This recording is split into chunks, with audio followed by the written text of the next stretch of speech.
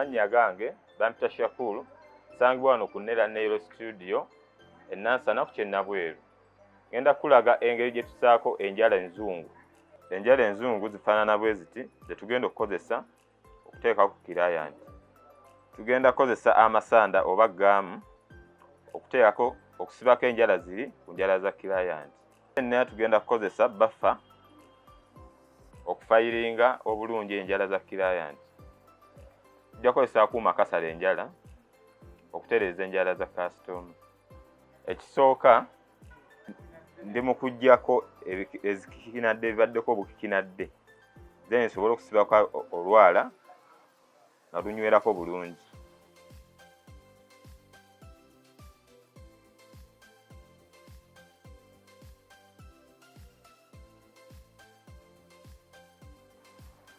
Kakasa nti olwala luteredde, mba ndulaba wano ng'obukikinadde buvuddeko n'okukwata buffer obulungi obutagisayisa client ku side eno.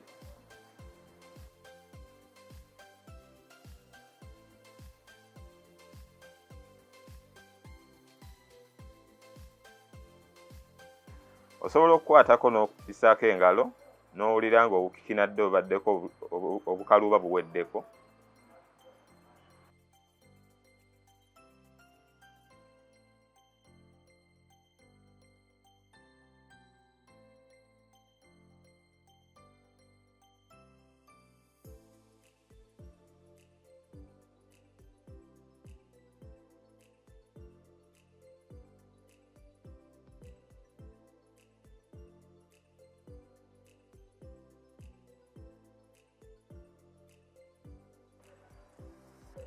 Omaliriza okulongoosa enjala za client,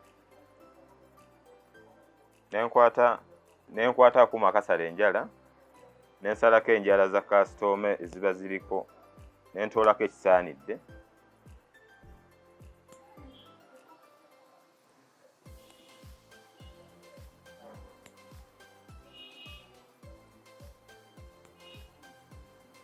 Then wemaliriza okusala, nenkwata ka side cutter okugyayo obuba bukikinadde mu side.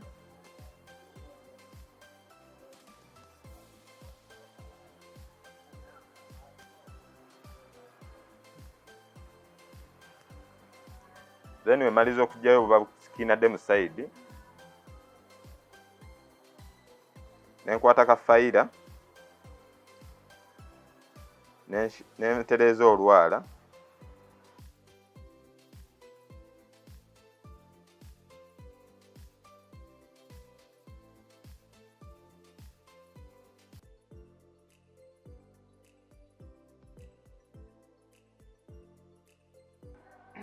Nkwata buffer eno nenkolobola ku lwala wa customer.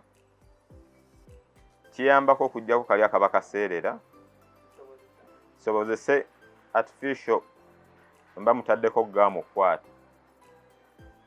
Ekiddako okwata enjala zino n'olondamu olwala ne ku lugalo kwe lugenda, nengeraageranya ne ku lugalo kwe lugenda, nennondamu olwala nengeraageranya nendaba nti luggyako. Olussaako n'olaba nga lubikka olwala luli olwannakyo.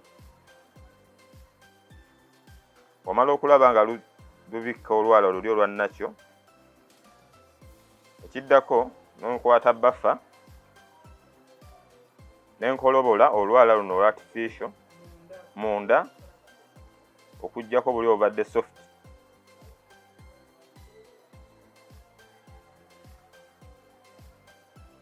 Nenkwata gaamu ono nenteekamu gaamu omutonotono, then nenteekamu gaamu omutono nenteekako olwala.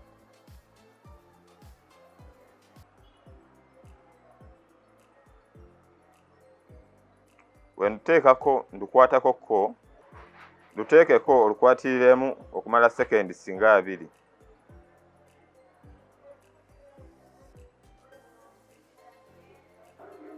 Then wemba maliriza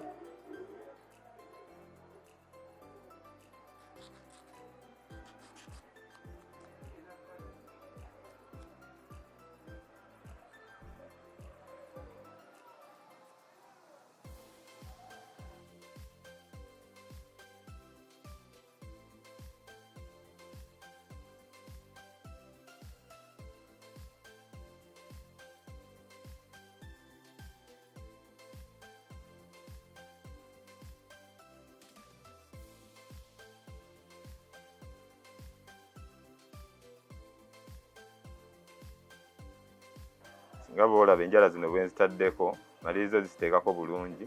Enjala zino mpanvu, kineetagisa ozisala kasitoma ne mulekerako shape gy'ayagala, obuwanvu bw'ayagala. Kati tugenda kusala nga bw'olaba. Okusaako artificial nails kasitoma asobola okujja nga enjala ze ezannakyo z'alina nga nnyimpi, nga kala gy'ayagala okusiiga tejja kuvayo bulungi okunyuma. Ensonga lwaki tusaako artificial nails.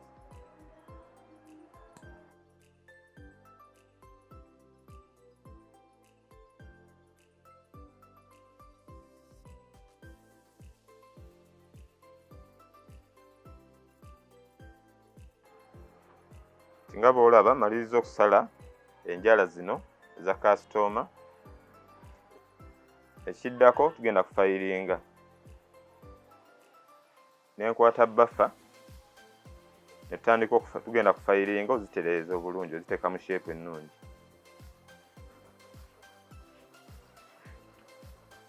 Kati wano shape gye ngenda oziteekamu gye bayita box.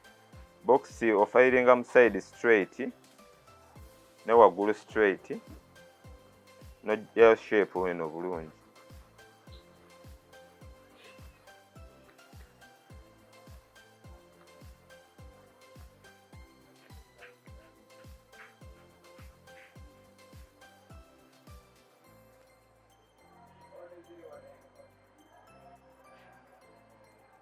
Then wano tuba tumaliriza,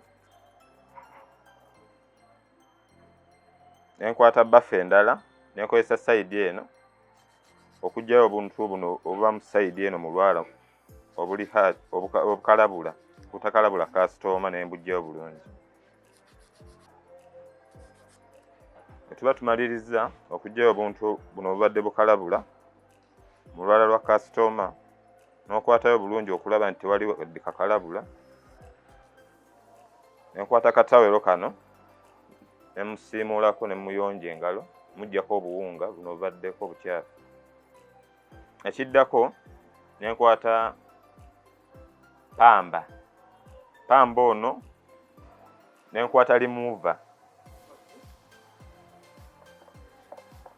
nennyigako, n'olaba nti agenzeemu, n'ojja n'ozisiimuula. Tuba tumaliriza, oddamu n'okwata tawero n'ozisiimuula bulungi, n'eriro remover ono naggwamu bulungi mu side, ne luba nga lukalu olwala. Bwe tutyo bwe tuteekako enjala enzungu ku ngalo, ne wano ziba ziwedde. Nga bw'olaba wano ziba ziwedde. Ekiddako kasitoma ye asobola okwagala kyonna kye tuba tusaako, kala yonna gy'aba ayagadde kuteekako.